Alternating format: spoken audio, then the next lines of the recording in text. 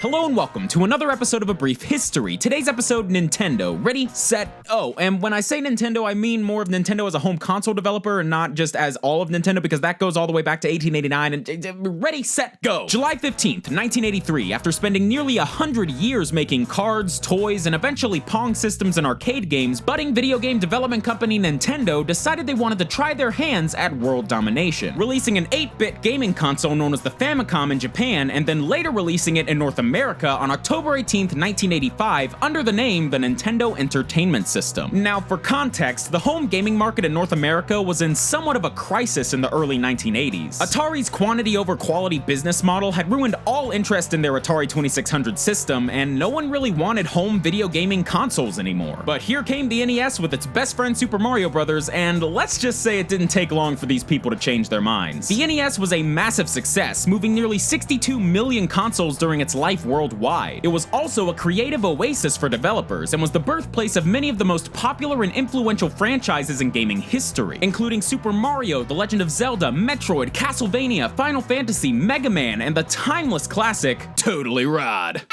God, it's totally rad! However, as the 80s were coming to an end, competitors such as Sega began releasing their own, more powerful 16-bit consoles. And in order to keep their throne, Nintendo would need to upgrade their hardware. And thus, the world was given the Super Nintendo Entertainment System, a 16-bit powerhouse released in North America on August 23rd, 1991. The SNES took everything gamers loved about its predecessor and polished it all to a gleam. Graphics were better, music was better, controls were better, and everything was just bigger and better than it was before. But as the years went on, Nintendo became more and more ambitious with the system. Through the implementation of things like Mode 7 and the Super FX chip, the SNES was actually able to output crude 3D graphics, as seen in games like F-Zero and Star Fox. The next step was clear. On September 29th, 1996, Nintendo released the Nintendo 64, a console dedicated entirely to fully polygonal 3D gaming. And while the system was revolutionary in its sheer scope, it had some stiff competition, and Nintendo wasn't really making it easy on themselves. They still insisted on publishing games on cartridges rather than CD-ROMs, which were becoming the industry standard. And this decision cost them several exclusives, like Final Fantasy VII. You've probably never heard of it. But despite this, the N64 still managed to sell an ironic 32 million units, which was good, but a notable downgrade compared to the sales of their previous consoles. And unfortunately, this lack of sales would only get worse with their next console, 2001's GameCube. Hey!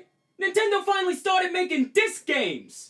This is what you wanted, right? Yeah, around the same time, Microsoft released this behemoth of a system called the Xbox, which was basically a PC made exclusively for gaming that would eventually even be able to go online for multiplayer. GameCube had a handle and some baby discs. So while the GameCube's library boasted undisputed classics like Metroid Prime and Smash Bros. Melee, the system ended up placing dead last during the 6th generation console wars. So let's just say that Nintendo had quite a bit of catching up to do. And in a gaming market that valued graphical prowess and easily accessible controls, Nintendo knew it only made sense to do none of that. Nintendo Wii! Aw, yeah! Released on November 19th, 2006, the Wii was a strange beast. What with its lack of HD graphics and its focus on motion control, on paper, the Wii didn't sound like a very commercially competitive console, but actually the opposite was true. The system was notably cheaper than its competition, and games like Wii Sports and Super Mario Galaxy quickly justified the motion control setup. Both gamers and non-gamers alike could find something to love in the Wii, resulting in the console becoming an unprecedented smash hit, moving an insane 101 million units in its lifetime. But Nintendo would not be riding this high horse for very long. Come 2012, Nintendo decided to follow up their Wii system with the similarly branded Wii U. This system chucked out the motion controls in favor of a freaking Game Gear-sized touchscreen tablet controller. And the goal of the system was,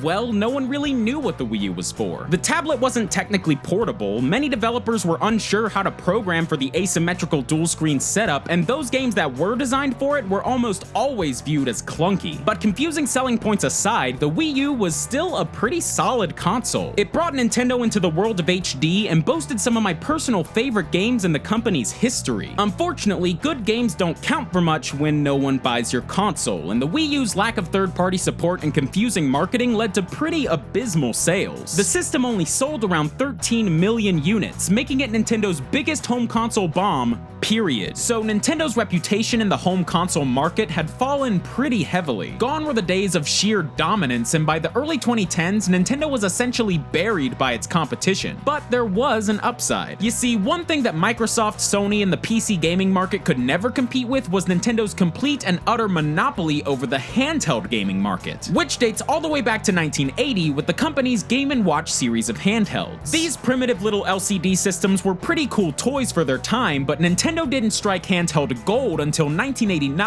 with their classic Game Boy. The Game Boy's ease of accessibility and ability to recreate games similar to those on the NES made it an instant classic that spawned a whole line of successors that added everything from color graphics to an advanced 32-bit processor. But around 2004, Nintendo decided that it was time to try something different with their line of handheld systems, and thus the world was given the Nintendo DS. This system was essentially a Game Boy Advance SP, except with an added touchscreen and the ability to run fully 3D games. And similar to its beige brick ancestor, the Nintendo DS was a massive success that spawned a whole line of successors, the most notable of which was the Nintendo 3DS, which introduced the gaming world to stereoscopic glassesless 3D. Well, actually, Nintendo did try to bring 3D to the gaming world back in 1995, but it didn't really go anywhere. We try not to talk about it much. So Nintendo's presence in the handheld gaming market was, for the most part, completely unmatched. Sony's PSP and PS Vita systems never really caught on with US audiences, Microsoft never even tried to compete, and the mobile gaming market is really a different beast entirely. So while Nintendo's home consoles may have been struggling, they were consistently knocking it out of the park when it came to handhelds. And suddenly,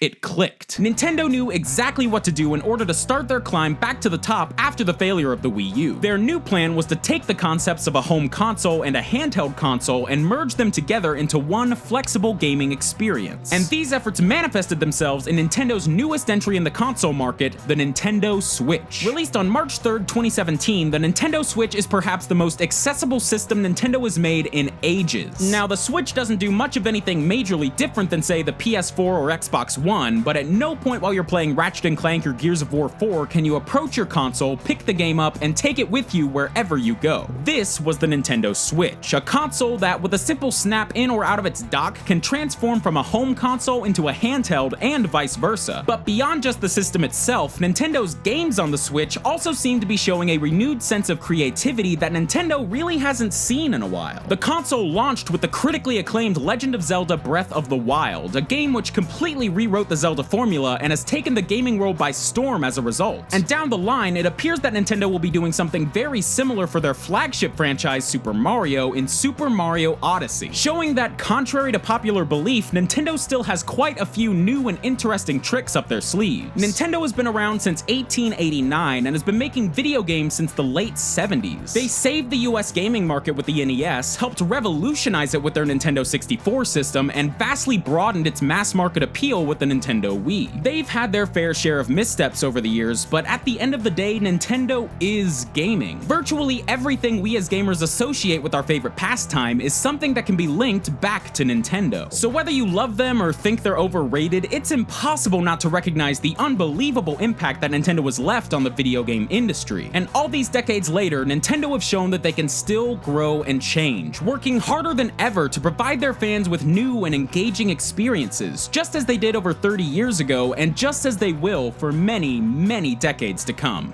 Thanks for watching, guys. DFTBA. Hey guys, thank you so much for watching my Nintendo Brief History. I hope you liked it, and if you'd like to see some more Nintendo content, you can check out my last episode about Yoshi. Or if you're just in the mood for more Brief History in general, I've really been amping up production over on my personal channel, Foot of a Ferret. So if you'd like to see some of those, you can check out a playlist of recent episodes right here, and that's about it, so I'll say it again, thanks for watching guys, and DFTBA.